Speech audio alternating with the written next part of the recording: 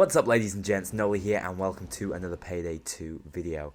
As you guys know, whenever there's a new update or DLC that comes out, I give you a quick first impressions video. So I've been playing the DLC for the past 3 or so hours, trying to work out what's good and how these sort of burning effects work. And in conclusion, from these last couple of hours work, I've realized that fire is probably the least important thing within this whole DLC. We're actually looking at some fantastically viable weapons, even up to Death Wish, which we haven't seen in a DLC for a long time. So it's already looking like a recommend must-have from my point of view. But the weapon that I thought was going to steal the show, the really cool one they added, was the Flamethrower. And don't get me wrong, it is pretty damn good. It's got incredibly low damage, which is sort of going to kid you, but then you look at the rate of fire, which is ludicrous, and so the DPS is honestly quite high. On top of that, it's got a reasonable 150 magazine size and a decent amount of ammo, but of course it can't be refilled very much the same way as the minigun and the RPG. So if you make an ammo build, and especially the starting skill within the Enforcer tree that allows you to shoot infinitely when you drop ammo down for, 15 seconds, I believe. That is quite incredible synergy, and the Flamethrower will tear through entire waves as long as you're not dying first. Now, the thing with the Flamethrower is it's not got the same sort of versatility as the minigun. Its range is incredibly limited, therefore tasers are a big fear factor. You do have the DPS against tasers, but they will shock you. And also, you can't do a concealment with the build with this and use crit to your advantage and sort of multiply your damage to ridiculous levels. So, accuracy and stability as well, they're not even a factor, you're just firing flames. Now, I'm interested to see that this is an ammo capacity weapon, not an overheating weapon. I think they've probably gone the right way with that. The Flamethrower could get pretty scary otherwise. But like I say, close range, its damage is really good. It does enough damage to a cloaker to kill it before it kills you. But there are a couple of things to worry about with this Flamethrower, as I've already mentioned. Tasers are a nemesis. You're going to fire a lot of your ammo into nowhere while getting tased, and you're not going to be able to stun that cloaker out. Of course, similarly, you're going to have a huge reload time to deal with, and this thing does have to reload, unlike the minigun, which just has all the rounds all ready to fire down range. Now, modification-wise, it's rather simple. You have rare, your standard, your medium, which is what it comes with, all well done. Now, rare's going to give you a bit more ammo at the loss of a tiny bit of damage, -3, and well done's going to give you +4 for -150 ammo.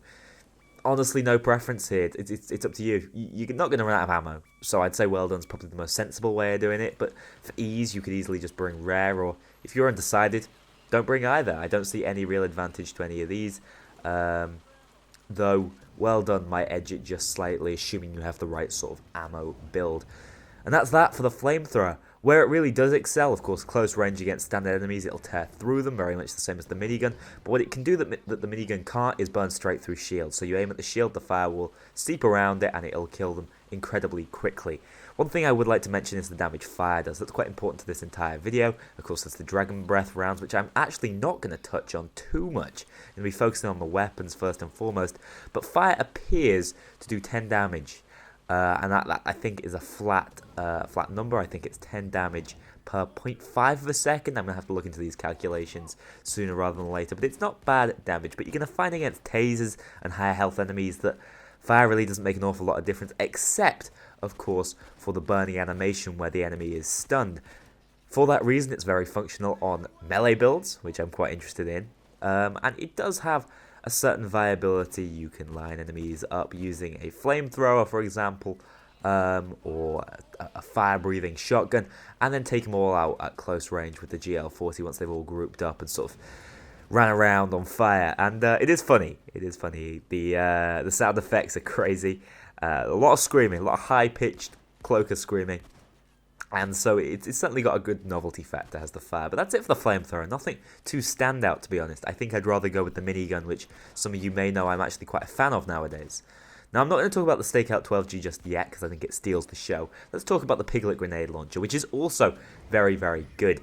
Now, the Piglet is essentially going to be going up against the GL40, which I think is an amazing weapon. That's its only real competition. That's the only other grenade launcher in class.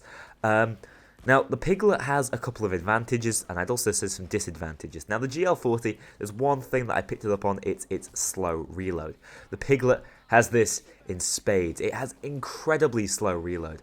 What is worth noting though is you're going to have a 6-shot magazine, which makes a huge difference. The big issue with the reload on the GL40 was you fired your shot at a cloaker, he survives the initial damage, and you'd be taken down no matter what. So the GL40 was awful against cloakers. The Piglet, on the other hand, first shot's going to stun him over, second shot's going to kill him. Easy. Now, as much as you don't want to use this many shots on a cloaker, if you can avoid it, it is going to make it much easier to deal with. But to a similar extent, you can end up losing a lot of your ammo to a taser if you can't get your shot on them. So the Piglet has its pros and its cons, and as I've already said, the reload speed is incredibly slow. You will reload one shot at a time, and yeah, that feels pretty tedious. You're looking at 10 seconds, I believe, if you're reloading each of the 6 shots. Other than that, though, its damage is totally fine. It's not quite where it needs to be on Death Wish to deal with certain enemy types, but it's almost there, and as long as you're accurate with it, you can get huge multi-kills with this thing. So against the GL40, I'm saying it's a pretty tight contention, but I am most inclined to say the victor is the Piglet grenade launcher. Only just, and I'm going to be sitting on the fence for this one for a little bit longer.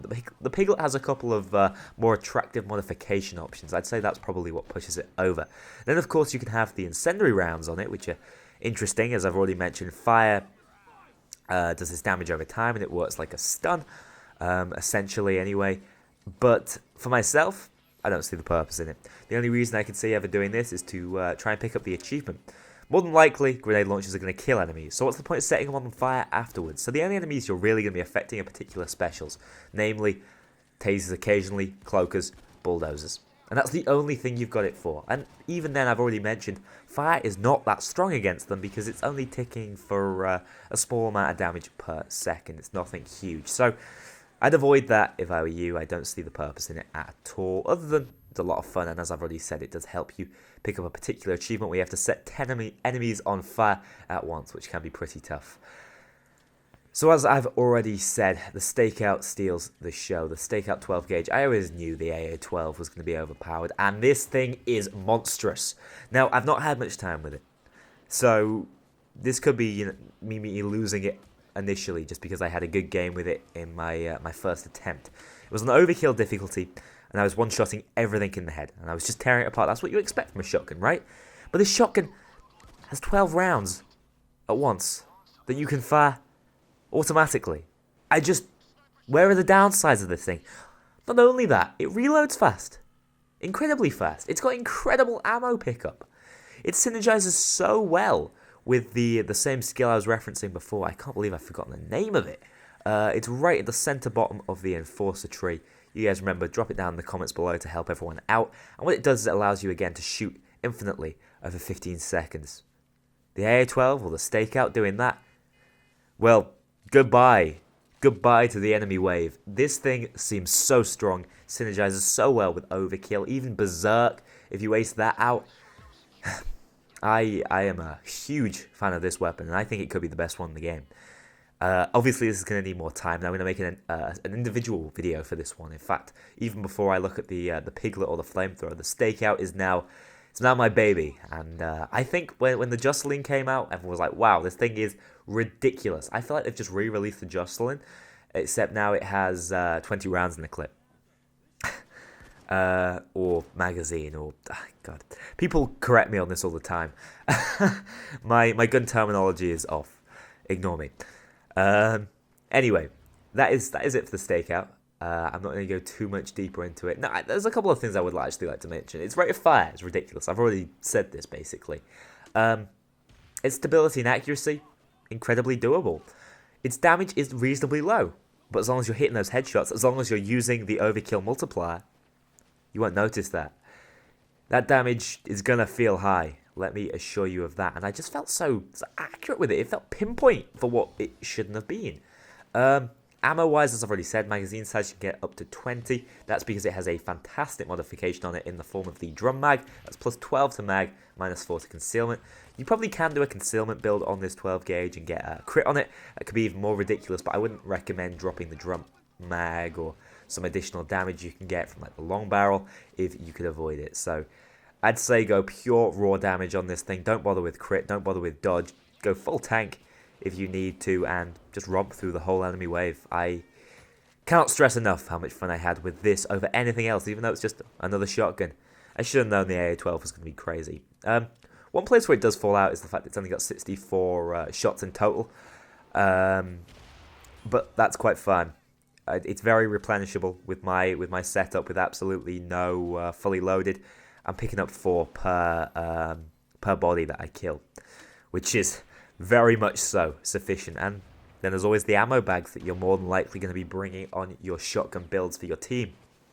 So, no, I'm struggling to see any disadvantages other than maybe running Dragon Breath on it, because I'm not going to lie to you guys, I'm not impressed by Dragon Breath. I'm not seeing the utility of it. Now, I have mentioned this already, fire does seem useful maybe for melee builds, and it does have a stun factor on it that can be worthwhile. It does have damage over time. It retains its damage over range especially well because of that.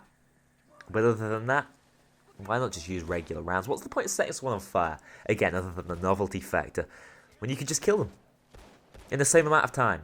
I don't see it, to be perfectly honest. So, no, the Dragon Breath, it's cool, but it's not for me. And if anything, it's just utility for taking out certain enemies slightly faster. But even then, I don't fully see it. Now, something I would like to talk about, which is the Molotov cocktail, which originally I thought, what is this? Why would I choose this over the grenade? Molotov cocktail is powerful. Now, you have to use it in a very different way. You don't want to wait till you see your bulldozers and everything lining on up. What you actually want to do is you want to wait till the wave is starting. You want to wait till you can find where the enemy is spawning. There are some very particular and noticeable spawn points on missions. And you just want to chuck it down right in that spawn point or right in that choke point. Enemies are going to walk through it, and at that point, fire is going to tear them up. So I am a huge fan of Molotov cocktails. I found them to be really, really very effective. And I'm going to be using them over grenades unless something gets changed in the foreseeable future. I really think Molotovs are good. Do keep in mind though, and I like this, I'm glad that Overkill did this, they have a slightly different throwing feel. They feel a lot lighter. So do be careful. You're not going to get the same sort of curvature with it as you will with a grenade, and you where it hits it explodes. So you're not going to get any roll on it at all. So do keep that in mind when chucking it. You've got to be slightly more accurate than when you're using a grenade. But once you get used to it, or you can just chuck it basically at your feet by that choke point, you're going to be tearing through the enemy and really whittling down even the specials. I've been really impressed by the Molotovs. They are probably the second best MVP on this entire list, after the stakeout, of course. Now, one last thing I'd like to mention. This has been quite a long first impressions, but let's just say I am impressed by this DLC. I have to think this is probably the most worthwhile one we've had in a long time. I'm always asked on my stream which is my favourite DLC. This might just be the starry eyes talking, but no, I think this one could be the best. The melee weapons, they're really good. The poker may be the best melee weapon in the game. It's going to, again, need some more testing. Maybe try it out with a melee build, but it's got a ludicrous amount of knockdown, especially with the right builds. Got a ludicrous amount of damage. It doesn't swing all that quickly, but it doesn't swing too slowly either. It's the perfect mixture.